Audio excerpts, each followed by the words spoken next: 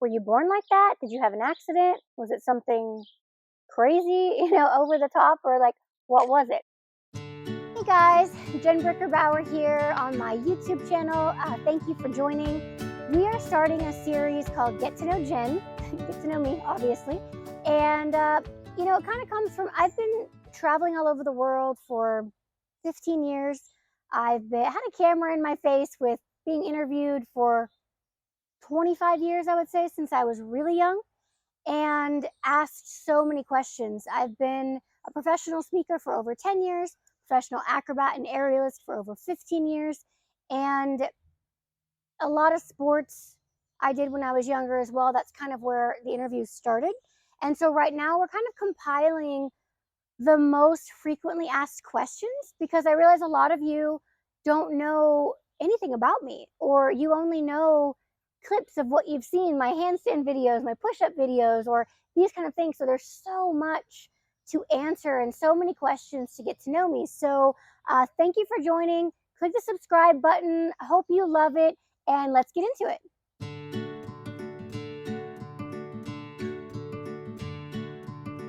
So over the years, people ask kind of a lot of the same questions, no matter where I'm at, what part of the world, what country, what part of the US.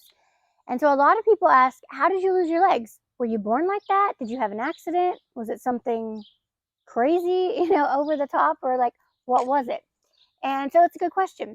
Actually, I was just born like this. So I was born pretty much exactly how I look right now, with no legs. And I had like these little tiny feet when I was born, when I was really little, and they were removed when I was really young. I think 2 years old or something like that, right after I was adopted.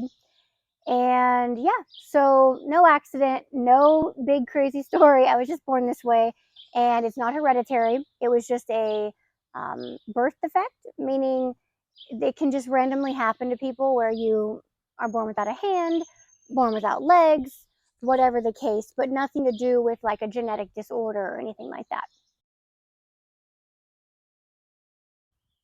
Another big question that I get asked all the time is, can you drive? And the answer is yes, absolutely. I've been driving since, here in the US, we can start driving classes at 15. And so started learning how to drive anyway, taking classes at 15 years old, and then got my license, of course, at 16. And I've been driving ever since. So a lot of people have this kind of futuristic, in my opinion, idea of kind of how I drive. Like, oh, do you have all these like pedals on the steering wheel and you have like these buttons? And I'm just like, no, it's not that interesting or exciting, actually. So it's very simple. It's just so here's the steering wheel, and then to my left, underneath my turning signal in my car, is a handle, like a bar, almost like a motorcycle handle, but it doesn't go like that.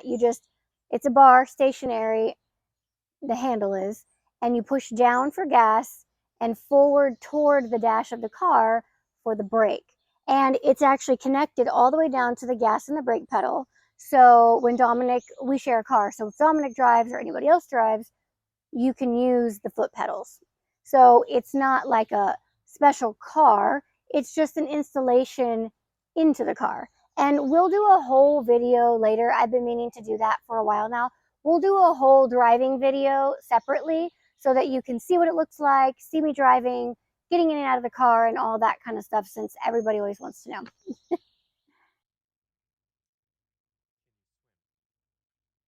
Another big question that I've gotten so many times over the years is, can you swim? Which, yes, I've been swimming since I was a kid. I've just, used my arms. I do kick my legs, my thighs a little bit as well, but most of the time I just use my arms and kind of tread water, or however I want to swim, or if I'm swimming underwater, which I loved as a kid. Loved, loved, loved. Just swimming along the bottom of the pool. I don't know why I always loved that, but I did. And so, yeah, I've always loved swimming since I was a kid. I've loved the water. Now I like more just like laying out in the sun, getting in the water when I'm hot, and getting back out. But yeah, swimming, was never really that hard for me. I was always pretty good at it. I don't know why. It's not like I had tons of technique or anything. Just like being in the water, can swim. Yep, easy. So, yep, swimming I love.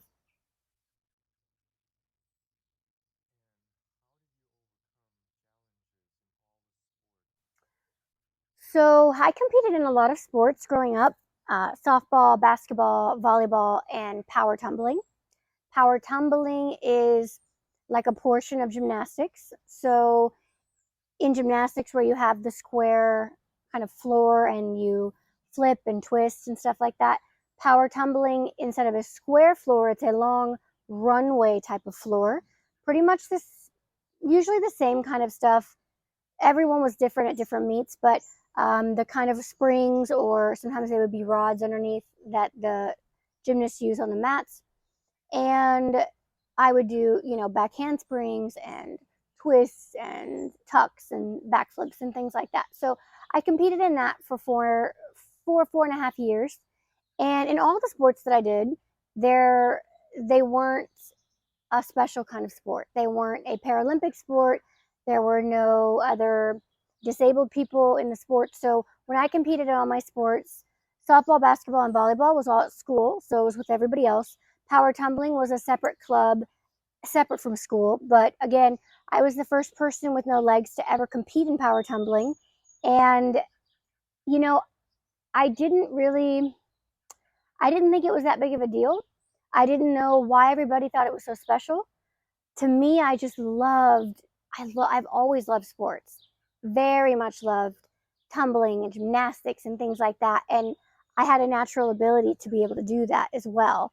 Still had to put in all the work, all the effort, even more obviously, because in every sport, I had different challenges because my body's different. So, and I didn't use my wheelchair or prosthetics in any sports. So, because that was just normal for me. I grew up, I never had the wheelchair in the house. It was just so normal to be me and the way I am. And I was also stronger and more active and faster and agile the way I am, instead of using a chair or prosthetics. It just slowed me down a lot. So, especially with the sports, it just, didn't make any sense. But like in softball, for example, in the beginning, they thought, well, hit the ball to third base because maybe you can't run as fast and it'll give you more time to run to first base. Well, then they saw me running and I was like a Tasmanian devil and all the dust was flying behind me, and they're like, okay, you can hit the ball wherever you want, next time. And in volleyball, I had to my really big challenge was serving. So I had all the strength and all the muscle to get the ball to the other side, but none of the height. It was super small and short. So how do I get the ball over the net, and have it be high enough so it doesn't go in the net? So it was really, really, really challenging for me. And I had to work with my coach in all different ways of trying to serve the ball. And then in power tumbling, there were several things. Several things were I was coached the way everybody else was coached. And then other things, I would say the biggest and hardest, most challenging thing in power tumbling was the landing, what we would call sticking it. So when you get done doing a series of skills, you have a ton of momentum. If you do 6 or 7 back handsprings, flips, twists, whatever, you are flying by the end, and then you come to an immediate halt, stop. Your body is naturally going to spring up. And so what everybody's goal is, of course, is to land. And what most people do is bend their knees to absorb the momentum so that you ideally don't step, don't wobble, don't move. You just nail it, you stick it. Well, when you don't have legs, that's extremely challenging. It seemed impossible, basically. And I worked and worked and worked. I was so determined that I was going to figure it out. And I had amazing, amazing coaches, great teammates, wouldn't have been possible without them just giving me a chance, and treating me normal like everybody else. No special treatment one way or the other. And so eventually, this was probably at least a year or more of working on the sticking it. I was able to do it. And I would bend my core where you would bend your knees and absorb it. I absorbed it with my core. and just tightened it and got it in. And probably why my core is so good right now, because I had so many years of just focusing in on that and then bending, and it was like took every amount of focus and muscle in my body, you know, to like make it happen. I'm like, I will not move. And eventually I got to where I could do it, you know, and I could do it, stick it, land it, not move, not wobble. And that was such an accomplishment. So I guess just naturally out of that, I wasn't planning on it, but you know, if you have something in your life where it just seems impossible, because that seemed impossible. If physically it doesn't even like actually seem possible, you know, and it didn't seem possible to me. But when you go through something that you didn't think was possible, and then you come out on the other side seeing like, you know what, I actually could do that.